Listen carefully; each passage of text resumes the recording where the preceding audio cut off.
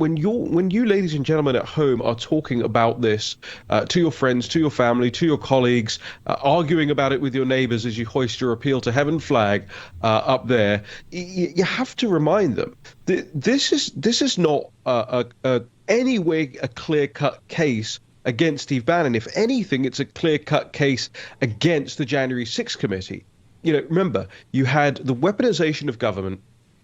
And I don't know whether actually we should go right back, Jack, and start from the top, because you and I were there on that day, watching things take place from that rooftop on 101 Constitution Avenue, and we saw what had happened. We knew who fired the first flashbangs. We knew why they did it. We knew what happened as a result of that. We then found out who had cancelled or rejected the idea of having National Guard out there. We know who was in the Capitol filming on behalf of Antifa and selling their clips to CNN. We know which speaker at the time had her daughter in there documenting things. We know that it didn't help.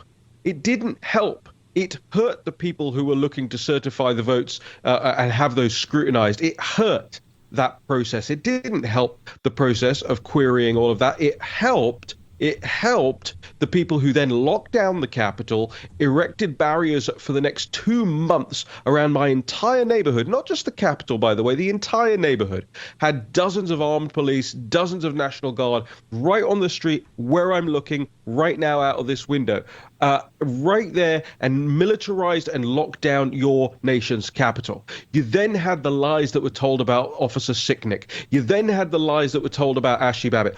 All through this process, ladies and gentlemen, every single thing, every single little bit of information, by the way, whose great idea was it to not release the tapes? Oh, that was right. It was the very same people. Who was the Capitol Hill police sergeant? Oh, he's the one that said we were stitched up. He was fired. They brought in a Democrat loyalist, Yogananda Pittman. Every single thing, every single time. And I wish it didn't read like this, because it reads like the fevered dreams of the most wild-minded, wild-eyed conspiracy theorist that you could possibly believe. But ladies and gentlemen, my house, my office, my hard drive is replete with all of this information, all of these concepts, all of this research, and it doesn't point to anything other than what you're living in is one big theater. It's theatrics. And the people like Steve Bannon and the people like Donald Trump and the very next person in that lineup of people, ladies and gentlemen, is you.